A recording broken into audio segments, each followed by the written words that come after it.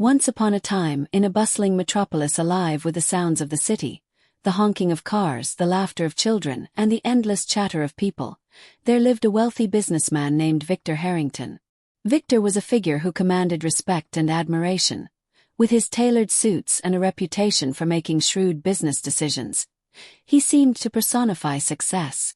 But life at the top came with a price. With endless meetings scheduled back to back, Victor often felt like a puppet on strings pulled by financial markets, competitors, and relentless demands from stakeholders. Despite his wealth, he felt a deep sense of emptiness. Tired of his hectic life, he yearned for more than just business deals and tall glasses of expensive wine. One cloudy afternoon, overwhelmed, he decided to take a break and treat himself to lunch at one of his favorite restaurants, a charming bistro tucked away in a quiet alley, famed for its exquisite cuisine and warm atmosphere. As he stepped inside, Victor was enveloped by the aroma of fresh herbs and roasted vegetables, and he felt a semblance of peace wash over him.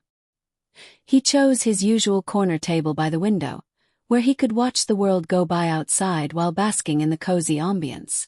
The restaurant was not packed. A few families chatted, comfortably ensconced in their meals, while an older couple held hands over a shared dessert.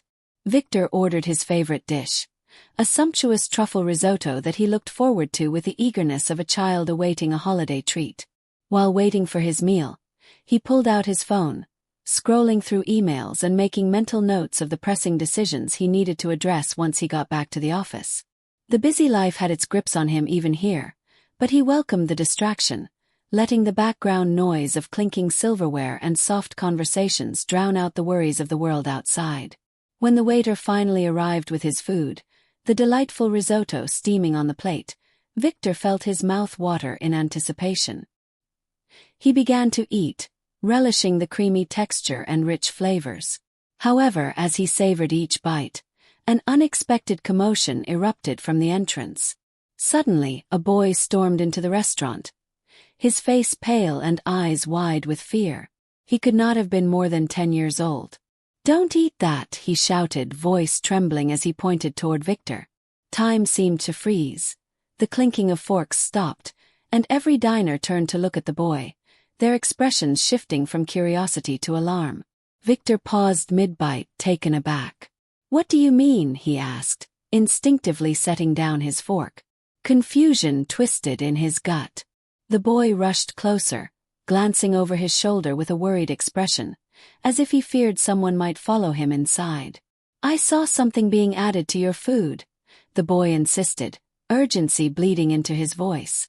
"A man, he was with my mother. He gave the waiter something. I think it's poison." The revelation sunk in, adrenaline coursing through Victor's veins. "Are you sure?" he asked, urgency tightening his throat. "Who did it?" The boy nodded vigorously, breathless as he explained.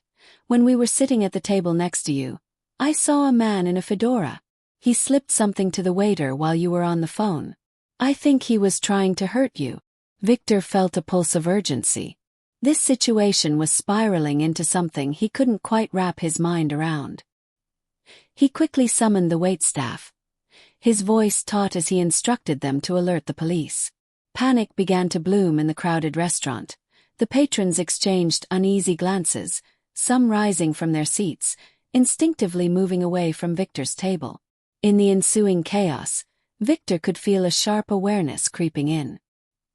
He began to notice the odd behavior of some patrons. One man in a fedora, the boy's description ringing in his ears, appeared ready to make his escape, while others shifted uncomfortably, fake smiles plastered on their faces but betraying hints of guilt. A woman in a floral dress whispered hastily to a companion, casting glances in Victor's direction, her demeanor making it clear that something dark was afoot. The shrill sound of police sirens soon filled the air. The officers arrived on the scene, their presence a tide of authority that commanded immediate attention.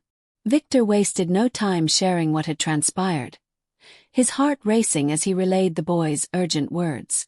The police wasted no time. They questioned the waitstaff and scrutinized each patron, noting the suspicious behaviors and quickly identifying those who appeared uneasy. Within minutes, Their investigation bore fruit. Several individuals, including restaurant workers, were apprehended. Victor learned that this attempted poisoning was no random act. It was a conspiracy set in motion by a group of competitors desperate to eliminate him from the market. As the chaos subsided, the police rounded up the suspected conspirators, dragging them away in cuffs, leaving an atmosphere fraught with tension but also relief. Once the immediate danger passed, Victor turned to the boy, who stood trembling but resolute beside him. "Thank you. You really did something incredible today," Victor said, his voice softening as he knelt to eye level with the young hero. "What's your name?" "Eli," the boy replied, his eyes darting nervously to the remnants of Victor's meal, as if still afraid of what lurked within. "Eli, you may have saved my life." "I owe you a debt of gratitude," Victor said, placing a hand on the boy's shoulder. But as he looked into Eli's eyes, Victor saw not just fear but resilience. "Tell me, Eli, where do you and your mother live?" Eli hesitated for a moment, glancing down at his worn sneakers, unsure of how to respond. "We live in the old part of town. It's not safe there. My mom works 2 jobs to make ends meet." Victor's heart sank at the thought of the challenges Eli and his mother faced daily. No child should have to grow up in a place filled with danger. In that instant, he realized this moment could be about more than merely thanking the boy. It had the potential to change their lives. "Eli," Victor declared, his voice brimming with determination, "I want to help you and your mother. I'm going to ensure you have a safe place to live."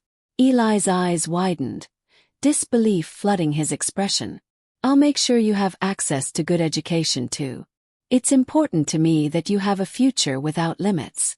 Eli looked bewildered. "But why would you do that for me?" "Because, Eli, true kindness isn't born of pity. It's about seeing potential where others don't and helping it grow." Victor smiled, kneeling down so they were eye to eye. "You acted bravely today, and I refuse to let your potential go unrecognized. I want you to go to school, to dream big, and to become whoever you want to be. You deserve the chance." Over the coming days, Victor made arrangements for Eli and his mother.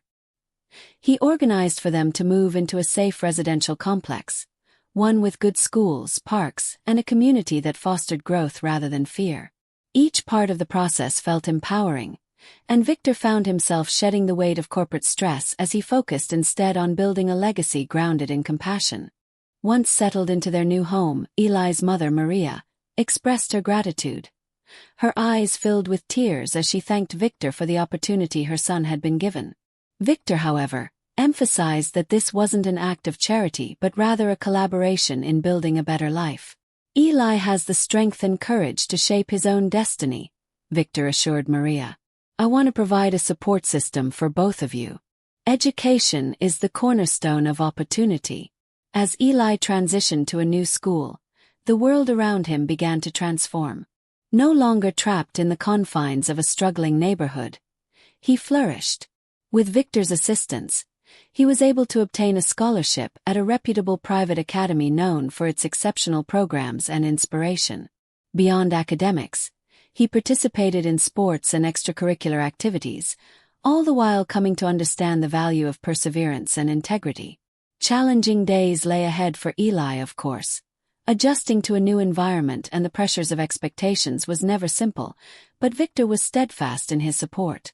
They forged a friendship that transcended social status, a mentorship rooted in mutual respect rather than obligation. As months passed, Victor's life continued to intertwine with Eli's, drawing them both into realms they had never imagined. Victor established a foundation dedicated to supporting underprivileged youth, channeling his resources and experience into creating programs that guided children toward education, health, and leadership skills. Eli often joined Victor during the foundation's initiatives, placing him at the forefront of community engagement. Despite their efforts, however, it wasn't without challenges.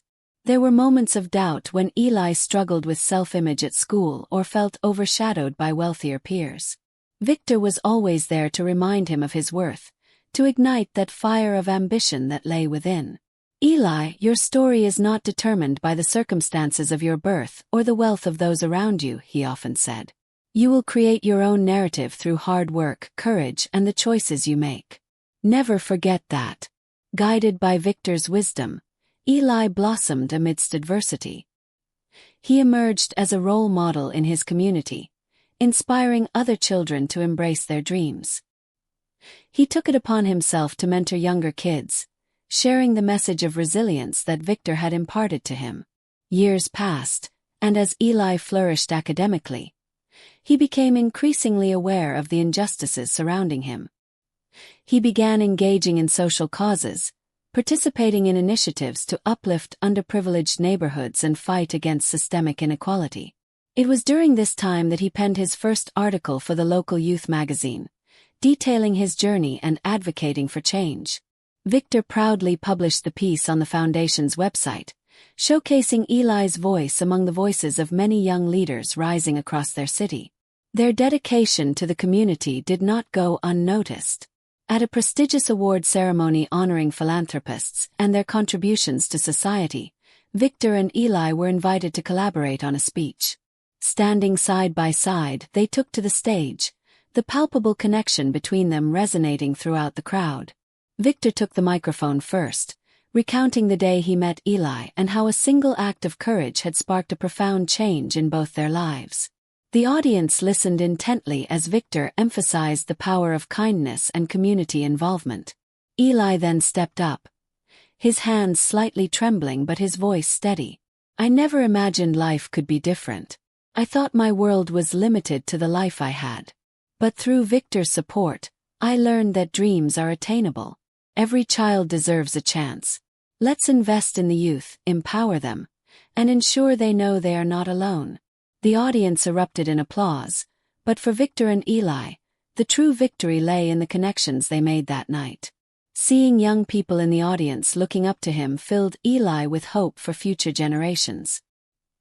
He had become not just a symbol of triumph over adversity but a messenger of change. With each passing year, Victor transformed his outlook on success. He still excelled in his business pursuits, but he integrated meaningful change into his empire. His corporation took on social responsibility initiatives, providing scholarships, internships, and mentorships to local youth. Philanthropy became as integral to his identity as profitability, and he embraced the opportunity to create a legacy rooted in kindness rather than solely in financial gain. And so, Victor and Eli's story evolved into a tale of resilience, courage, and healing. Their partnership illustrated that sometimes life's greatest lessons arise from moments of unexpected peril. The world glimmered with potential when nourished by kindness and hope. Before long, Eli graduated at the top of his class and went on to pursue higher education in social activism and law. He became a community leader, consistently lifting others as he climbed.